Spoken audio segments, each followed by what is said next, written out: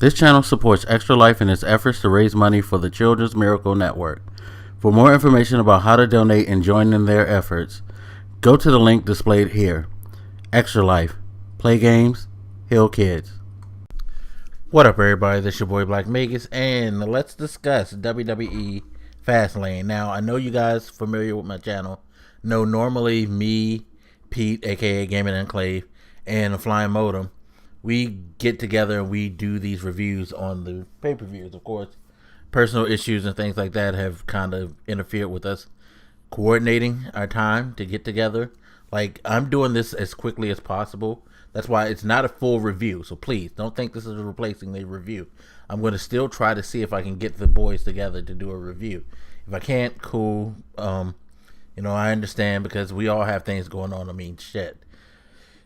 I won't even go into the things, the amount of shit that I'm going through right now. But anyway, I just wanted to touch bases on this and just put this out here to see what you guys thought about the pay-per-view mostly. So, real quickly, my thoughts on Fastlane. Overall, it was not a well put together show. I feel like basically outside of the main event, WWE kind of didn't know where they were going. Of course, they were blessed with a couple of good matches on here. Kevin Owens and Dolph Ziggler was a pretty cool match. I like that. And AJ Styles and Chris Jericho was a cool match. But it seemed like beyond that, they weren't organized. Like, as much as I like Sasha Banks, and I like Naomi, and I like Becky Lynch, Tamina, I'm indifferent to. That whole thing, it served its purpose. It set up for a catalyst to give Sasha and Becky some shine. That's pretty much what it was for. It was decent, but it wasn't something that was necessary, I guess. But it was a cool match. It was good to see them getting Sasha out there and building her up again, because she needs to be built towards WrestleMania. I would have liked it if it were something that tied in with Charlotte so that they could have an epic championship match. But hey, you know how WWE does now. They'll throw something together real quick. And then the other match that didn't really stand out too much was honestly Charlotte and Brie. Although I liked the match a lot, I still was like, well, why is Brie in this? I think my problem was they set it more up as a filler match and didn't take it as serious as I think they should have, at least. I wish it would have had something more built to it. But it ended up being a pretty good match. Charlotte doing her mocking thing. Brie, she's going to have to step her game back up to when she was gaining heat during Daniel Bryan's first injury. But that's good. She's going to get back to being put in the limelight, hopefully, and not just being Nikki's sidekick. I think they need to, with the women's division, they need to just start having all these girls just do incredible matches with each other. I think the problem with the Divas division is that they're locking people into rivalries instead of just having it a round robin type of thing, and building the fact that there's a lot of great divas out there who are having great matches. Anybody could at any time get to the title, but it is what it is. Now, another match that didn't hold any attention was, of course, Social Outcast Curtis Axel versus R-Truth. That followed a way too long segment with the New Day, the tag team champs, not defending their title, going back and forth with Edge and Christian, and then eventually getting into it with the League of Nations. I guess that's where they're going with this, is that they're going to have them fight the League of Nations at WrestleMania, possibly. They're going to build that type of rivalry. I don't know. Maybe. I don't know, but I thought it was too long, although they had some, good moments like Edge with the I never seeing so much chocolate acting so vanilla. That was funny to me. But overall, it was like it went on a little too long. They carried it too long, just to work as a promo for Edge and Christian's show after the pay per view. You know what I mean? And like I said, the Social Rejects R-Truth match. I don't know what they're really building. I mean, I guess eventually we will see Truth and Goldust be a tag team. I don't know. I will say this though, for R-Truth, that man he gets like so many.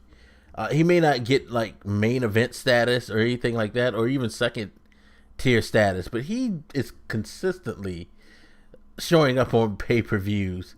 He'll probably be at WrestleMania doing something crazy. He was at Royal Rumble doing his thing.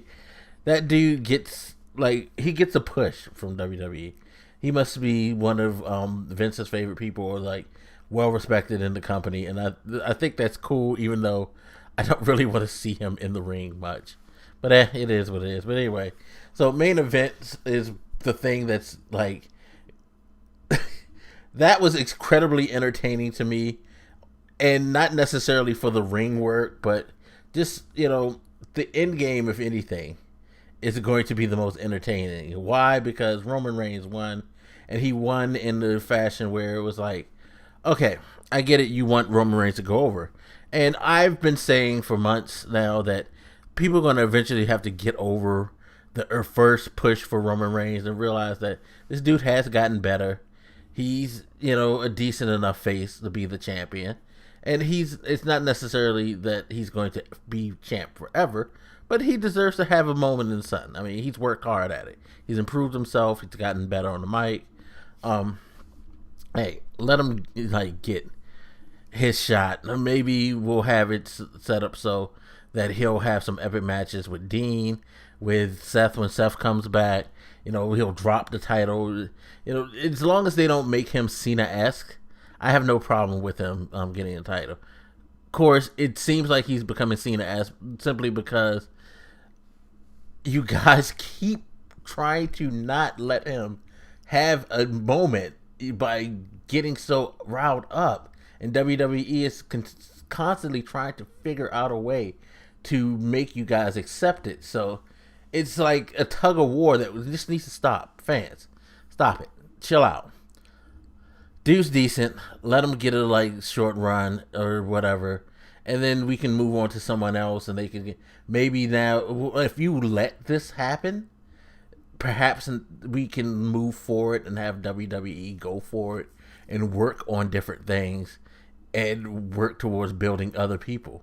Because I don't think Vince is going to give up until you guys let him live as champ. It's just better to just from the fan side, let it go, let it happen, and then just let them move forward. Because I really think that it feels like they're trying to force acceptance, and the fans are pushing back way too hard, and they just keep it's just a tug of war that needs to end. One side needs to drop it, and you guys know how Vince is. Vince ain't gonna drop shit. Anyway, but it was a cool match. I loved how Brock was just punishing them with this suplex, and then they figured out, let's just bury this dude under tables, and kept dropping him with powerbomb. Brock running in that ring and hitting that double German suplex was awesome. Of course, the ending, I understand why there's going to be heat on the ending, because spoiler alerts, Dean was going wild with the chair, and all of a sudden Roman pops up, hits him with the spear. It's like, yo, you just got punished by double Germans, and you were stuck in the Kimura lock, and you got saved by your boy, and then you were pounded with chairs, yet you did the Hulk Hogan kind of thing, jumped up, hit your move, boom, 1, 2, 3. So I see where people are going to go with the argument. End of the day, Roman had to go over because they need the Roman Reigns thing to kind of like how the setup for Daniel Bryan was, except for this isn't accepted by fans. This isn't what fans want. but you can't keep going with what the fans want sometimes, because at this point, I really think that we're being more contrary about the Roman Reigns thing than anything. Nobody's acknowledging anything as far as him actually possibly getting better. But it is what it is. We'll see what it is. But hopefully, me, Pete, and Modem can get together and discuss this in more detail.